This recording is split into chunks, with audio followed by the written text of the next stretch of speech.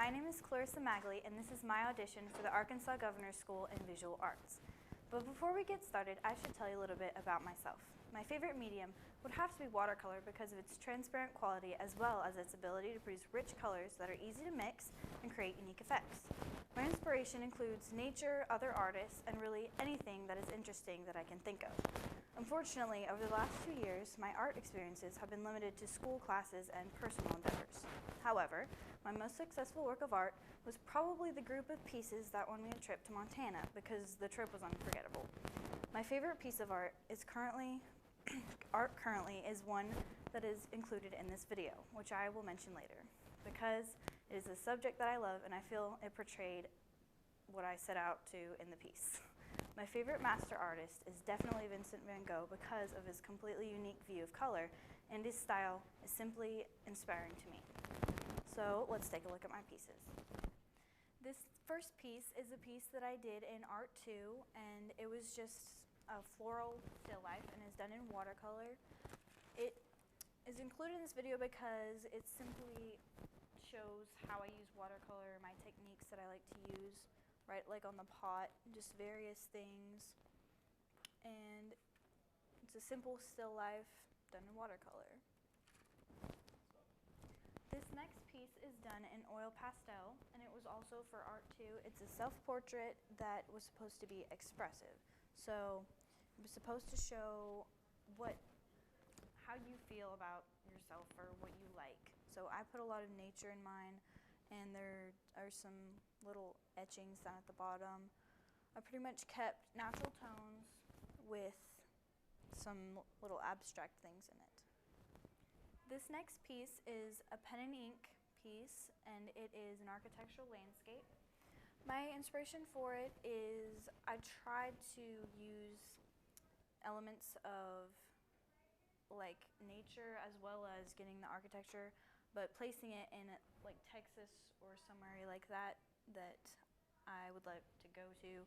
There's various techniques, pen and ink, there's stippling, some cross hatching, and just it displays my knowledge of pen and ink and what I'm comfortable with in this area and how I could improve. This next piece is a series of 3 different paintings, and they are done with pen and ink and watercolor.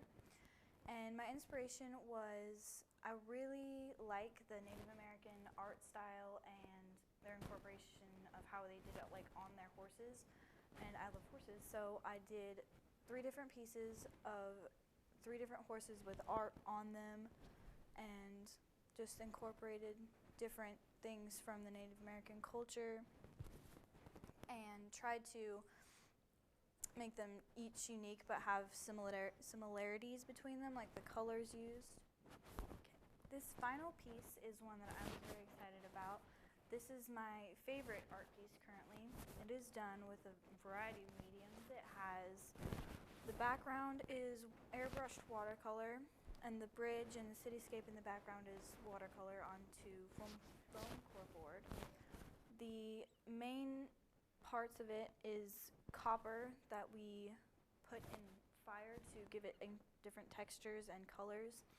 And I cut out the pieces and hot glued them to the board in overlapping, and I used black foam core board with part of it, and then there's some charcoal a little bit on shadows. So this one I really like because it's so unique, I think, just because it uses copper and watercolor together and uses the different shades of the copper tones to make it, and it's a picture of the Sydney Opera House in Australia. And it took one night, and I think really the main thing that I like about it is because I love Australia and because I've never used copper before in an art piece, and so I like it because it's different and it's of a place that I really would like to go.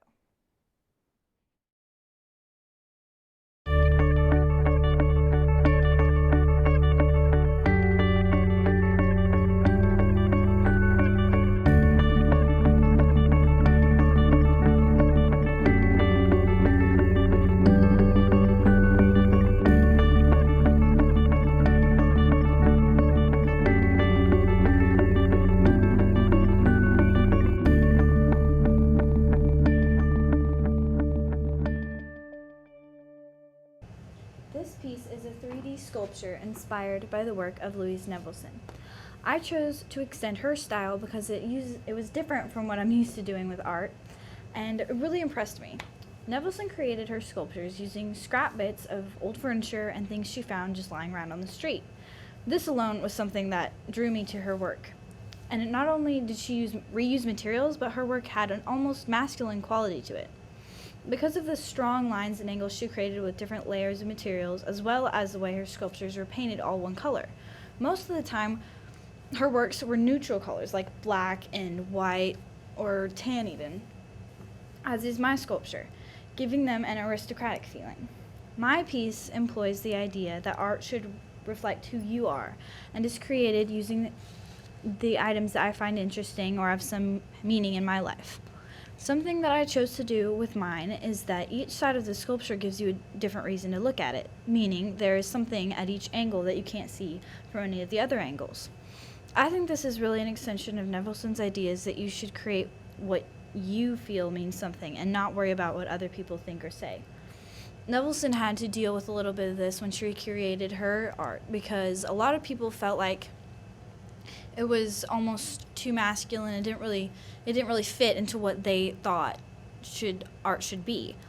And so she had to push through that and create her works based on what she felt or what she thought and expressed herself. So my sculpture has elements in it that don't really make sense or kind of look weird or something. So it has an abstract quality, but it means something to me. So in this way, I extended her style as well as painting the entire sculpture one color, giving it that feeling, but mine is not quite as masculine as hers. Mine is more spindly or like almost see-through because she did hers like walls of sculpture, which I think is really cool.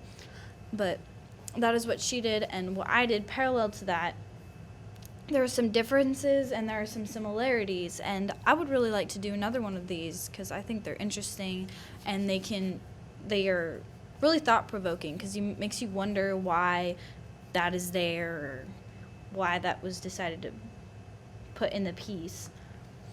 So there you have it.